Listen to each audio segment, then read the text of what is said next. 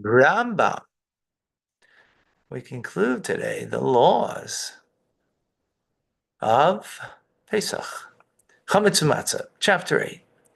The order of fulfillment of these mitzvahs on the night of the 15th of Nisan, right? As we call it here, Seder night in Canada,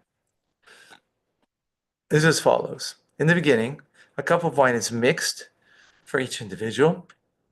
Write the blessing, B'rei Pri Hagafen, and the Kiddush of the day on it, and the blessing Shechianu.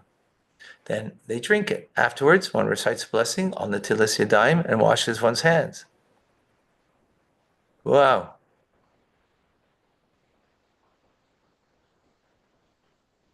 This is not the way we do things today.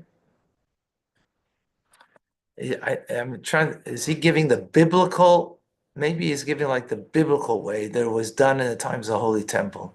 I think that's what it means.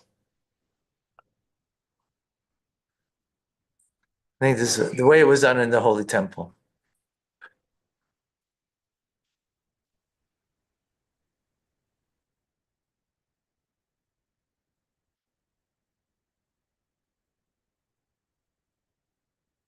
A set table is brought on which maror, another vegetable, matzah, charesis, in the body of the Paschal Lamb. Yeah, it's the way in the Holy Temple, right? So you first make Kiddush for one of the first of the four cups, and then you're going straight to and the meat, the festive offering on the 14th of Pesach. At present, we bring two types of meat on the table. What does it mean at present? Two types of meat, in one commemoration of Paschal Lamb and one commemoration of festival offering. Aha, right. This is the Seder plate, right? But he's saying it differently.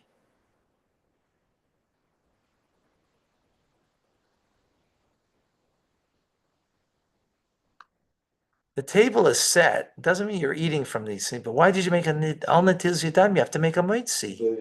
There's a note here where it says a set table means that you bring the Seder plate. Yeah, I know, but it just says you make al natil yadayim. If you make al natil yadayim, you have to make a motzi right after, right? No, oh, okay. So here, a commentary says, in preparation for eating the vegetable dipped in charaisis, as it's going to say in the following halacha, you have to wash your hands before dipping. Present custom is to recite a blessing, is not to recite a blessing. Aha, interesting. Okay, I didn't get that. So we don't make al natilas yadayim. Remember, by the Seder, Menachem Hillel, remember by the Seder, I told everybody, don't make natilas yadayim because then it's a problem, right? So now we don't, but it seems like back then they did. Why, I'm not certain.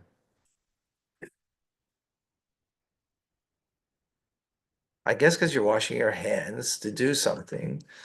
I wasn't, okay. Then the table is set. You're not eating from this stuff. And at present, you have the Paschal sacrifice. So we use a neck of a chicken, and we use an egg to commemorate this festival offering. That's why we use an egg on the Seder plate. And so it doesn't look like they really had a Seder plate so much, right? They had those things before you. So today that would be a Seder plate. So the maror is on the Seder plate. The harais is on the Seder plate. So all the things are a Seder plate, but he doesn't call it a Seder plate. A table set maybe means a Seder plate. Yeah, that's what the note says. Oh, that's what the note says. Okay. Okay, got it. Number 2, he begins and recites the blessing B'rei Pri Ha'adama. Takes a vegetable, dips it in charesis, and eats a kazayas. Today we do it in salt water, right? We don't do it in charesis.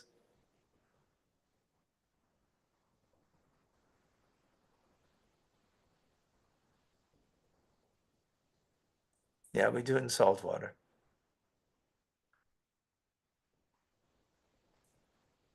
So he and all those eating together with him, each one and everyone, do not eat less than a kazayas.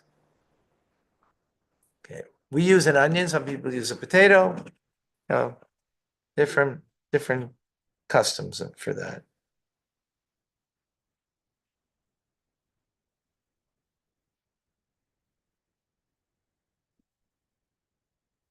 Afterwards, the table is taken away from the person reciting the Haggadah alone. The second cup of wine is mixed. Why is it called mixed? Because they had pure wine, so they would mix it with water to dilute it. It was very strong. Yeah, it was very strong. Here is where the son asks, the one reciting the Haggadah says, "Ma nishtana halayla hazeh kol halaylos." What is this night different from all other nights? On all other nights, we're not required to dip even once. On this night, we dip twice. Interesting. That's a Chabad custom. Most people don't have the custom of putting that first. They do matzah first because it's a biblical command, but in what happens in the night, dipping is the first thing. We just had it, right? On all other nights, we eat chametz, leaven, or matzah. On this night, only matzah. On all other nights, we eat roasted, boiled, or cooked meat. On this night, only roasted, right? Which this we don't ask. On all other nights,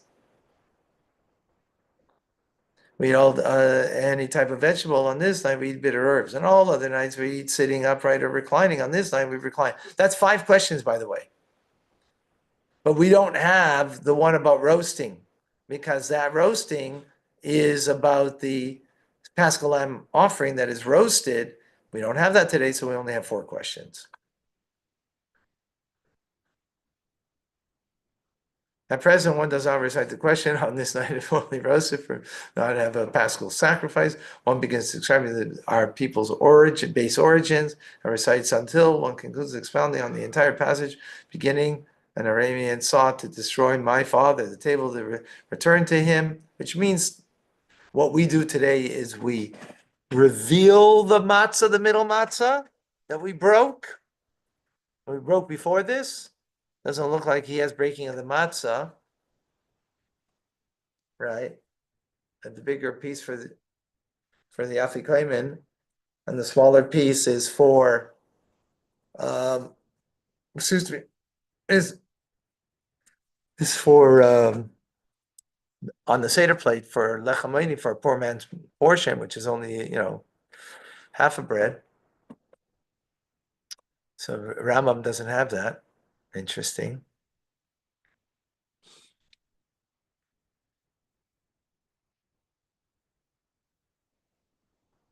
So return to the table. So what we do is we just reveal the middle matzah, either cover the matzah, the middle matzah, or reveal it, right?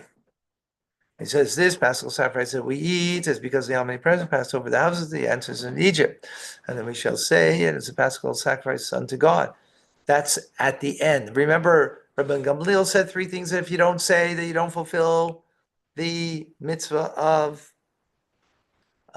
Passover, or you don't fulfill it appropriately. And so here's the first thing, Paschal sacrifice.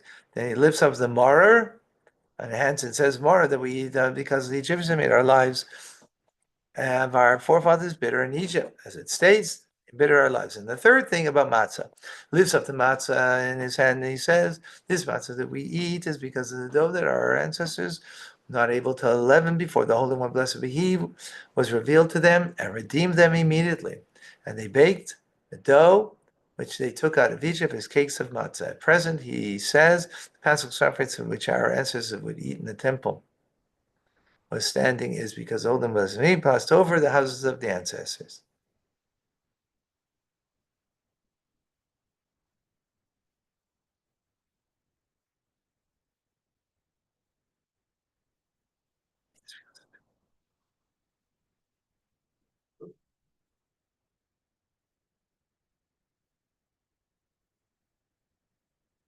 That's certainly the difference there. And he says, therefore, we're obligated to thank, praise, laud, glorify, adore, exalt, magnify, and give eternal honor to the one who did all these miracles for us and took us out of the slavery to freedom, from sorrow to joy, from deep darkness to great light. We hold the cup, by the way, at that point, right? Our custom. And then we put down the cup. Therefore, let us recite before him Hallelujah, for he continues with the Hallel, reciting the Hallel, the servants of God offer praise until the fins of the stream of the water. He concludes, blessed are you, Lord, King of the universe, who redeemed us and redeemed our ancestors from Egypt. Here we hold the cup again, and because we're ending the second cup. Answers from Egypt enable us to reach this night, so we may eat matzah with bitter herbs upon it.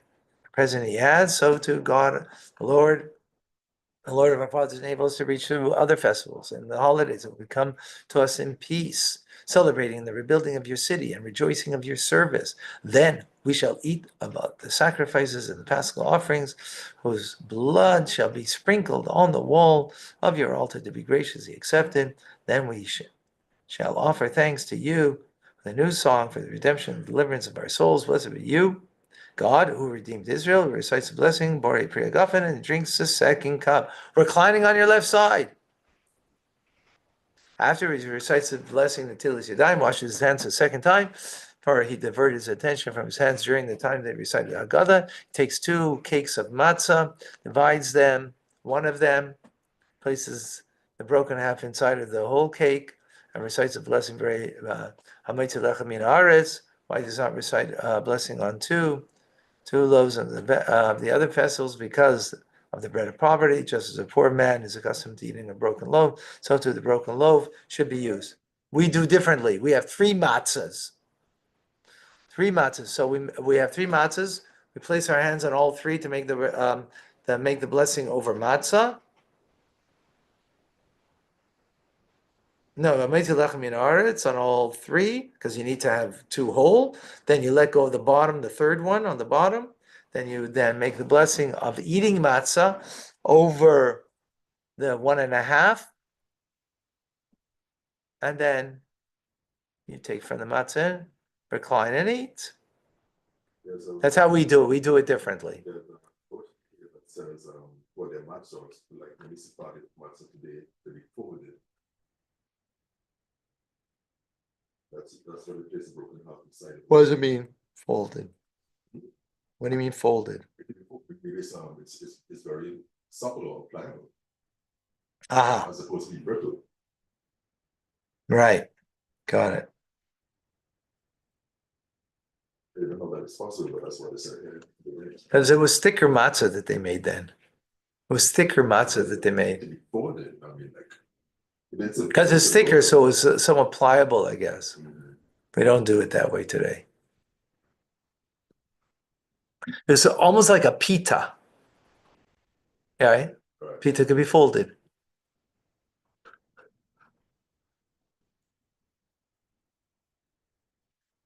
So you bring the whole cake and recite the Matzah Hamaytzi Lechem Min Haaretz. Okay. Why I send it on 2? Or we just said we said all this, right? Afterwards, he wraps matzah and maror together as one dips it in charaisis and recites a blessing. Blessed be your Lord God, our Lord, King of the universe, who sanctifies with the commandments and the command us regarding the eating of matzah and bitter herbs. He then eats them. If he eats matzah separately and maror separately, recites a blessing for the former, the matzah in its own right, and latter the maror in its own right.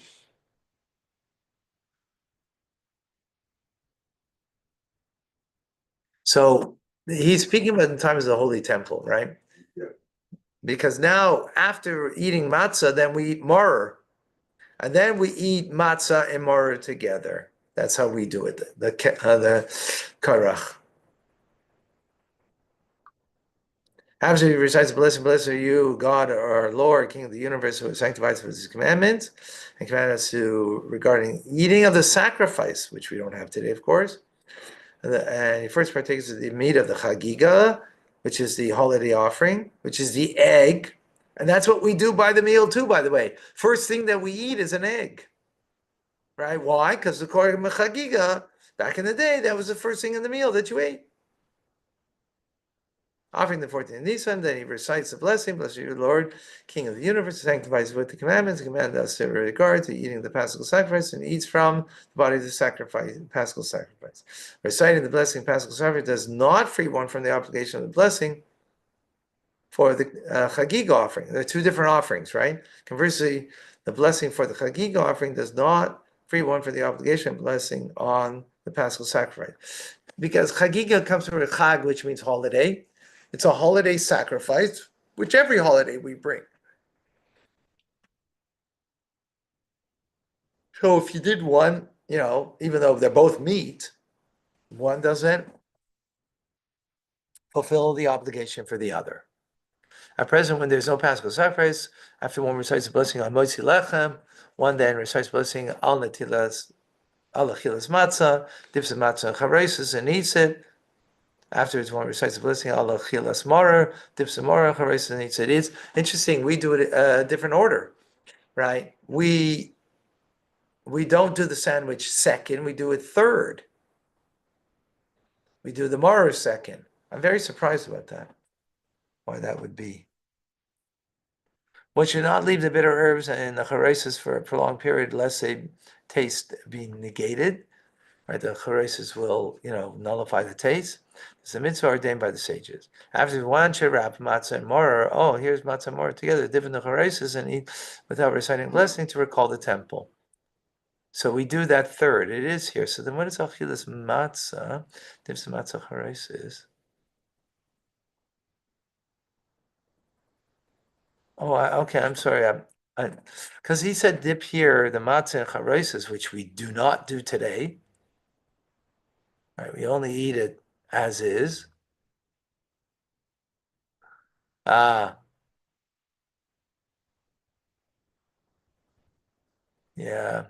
People question the Rambam here. It's saying that the matzah, the first matzah that we're talking about, the matzah of the mitzvah of eating matzah, right?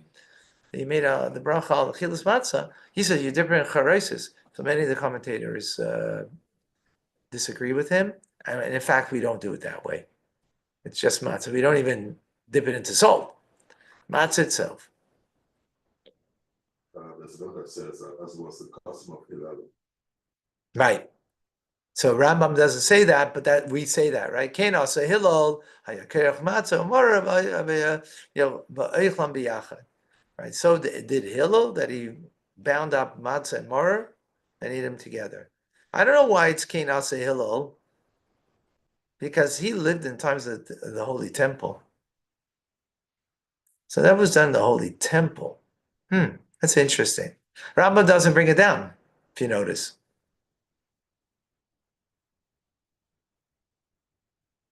And you dip that in charesis. Okay, number 9. Afterwards, one continues the meal, eating whatever one desires to eat, drinking whatever one desires to drink. At the conclusion, one eats the Paschal sacrifice, even a small portion, as a kazayas, right, 3 ounces, and does not taste anything afterwards except having the 2 cups of wine, but nothing else you eat. At present, one eats a kazayas and matzah, right? That's the afikomen in the place of the Paschal lamb offering. It does not taste anything afterwards, so that after the completion of the meal, the taste of the meat of the Paschal offering of the matzah will remain in one's mouth. For eating them is a mitzvah. Afterwards, one washes their hands. This is my machreinim. And recites grace after meals over the 3rd cup of wine and drinks it. Afterwards, pours a 4th cup and completes Hallel over it, reciting upon it the blessing of song. May all of your works praise you, God. Recites the blessing Bori Priya Gofen, drinks the wine. Afterwards, does not taste anything with the exception of water throughout the entire night. It's permissible to mix a 5th cup. We had a Torah studies on this, right? I did a class on this, if you recall.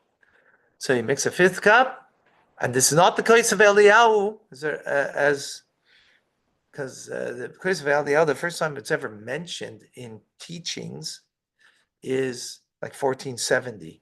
This is, Rambam lived in the 12th century, or 11th, and passed away in the 11th and 12th. It is permissible to mix a 5th cup and recite upon it the great Hallel, which is Haidul Hashem ki tov ki le'olam. So I give thanks to God for He is good. Until the rivers of Babylon, this cup is not an obligation like other cups.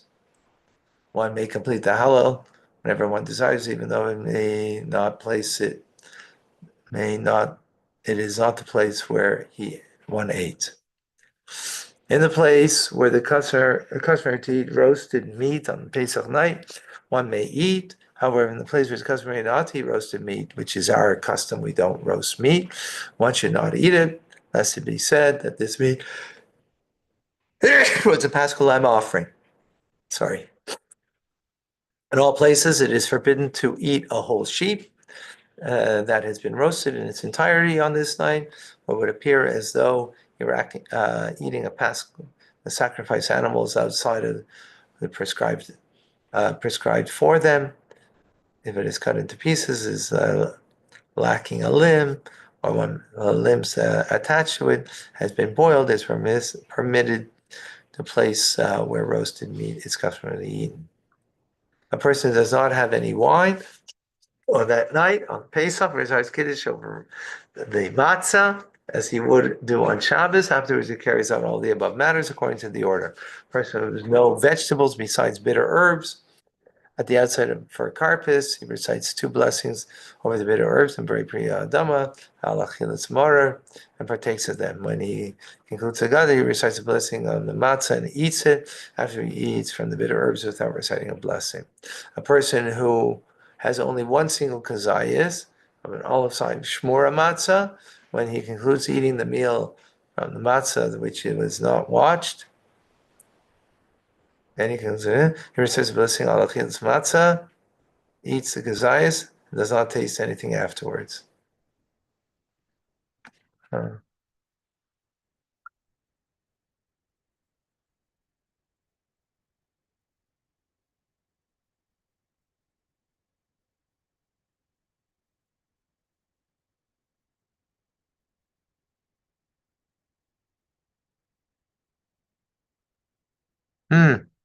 Very surprised.